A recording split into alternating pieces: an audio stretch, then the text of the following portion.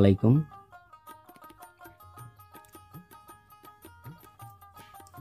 যে যেখান থেকে আজকের এই ক্লাসটি দেখতেছো সবাইকে জানাই ক্লাস ইংলিশ ইউটিউব চ্যানেলের পক্ষ থেকে শুভ সন্ধ্যা। তো আজকে আমি যে ক্লাসটি নিয়ে আলোচনা করব এটা হচ্ছে ধারাবাহিক ক্লাস, প্রিপজিশনের ধারাবাহিক ক্লাস, অ্যাপ্রোপ্রিয়েট প্রিপজিশন। আজকে ক্লাস পার্ট নাম্বার 5। সো আজকে আলোচনা করা হবে যে সকল শব্দের শেষে ওয়ান, ফ্রম এবং উইথ বসে এই শব্দগুলো নিয়ে আজকে আলোচনা করা হবে। দেখো, যে সকল শব্দগুলো শেষে প্রায় অন বসে, congratulation on, insist on, carry on, bent on, broad on, compliment on, dependent on, candle on, muse on, obligatory on, parody on, rely on, play on, live on, deliberate on, depend on, determiner on, dwell on, subsist on, enlarge on, resolve on, urge on, reflect on. তো এইগুলো শব্দের পরে on বসে। এবার হচ্ছে from. From কোনগুলো শব্দের পরে বসে? যেমন abstain from, divert from, immerse from, prevent from, protect from, recover from, refrain from, suffer from, expect from, differ from, debar from, vary from, respect from, detract from. তো যে সকল শব্দের শেষে উইথ বসে,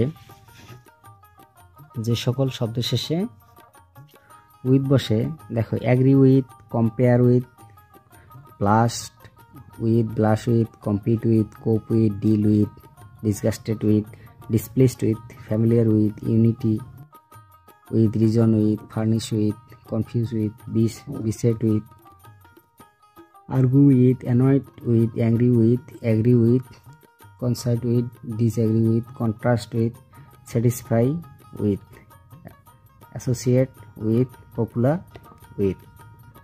তারপরে দেখো সভাপতি কোনো কোনো শব্দের শেষে আফটার, যেগুলো শব্দের শেষে আফটার বসে, যেগুলো শব্দের শেষে আফটার বসে, দেখো hanker after, take after, look after, grope after, aspire after.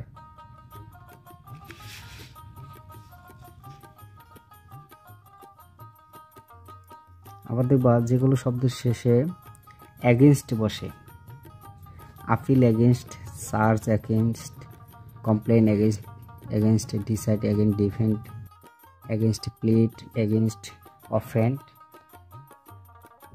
Against, provide against, prejudice against, warn against, rebel against. তারপর যে সকল শব্দ শেষে অ্যাওয়ে বসে, যেমন পাস অ্যাওয়ে, ব্লো অ্যাওয়ে। আরেক শব্দ শেষে হচ্ছে আপ বসে, যেমন ব্রিং আপ। আরেকটা শব্দ শেষে হচ্ছে ড্র বসে, যেমন হচ্ছে ড্র আউট। এছাড়া বিটুইন, আপন, ওভার, এমন এটসেট্রা অর্থ বুঝে করতে হবে।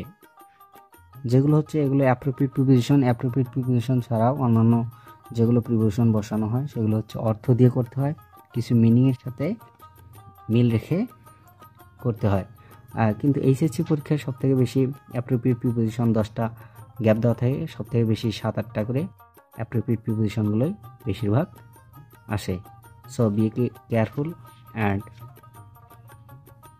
memorize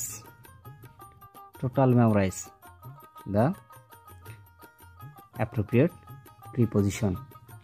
Okay, thank you so much.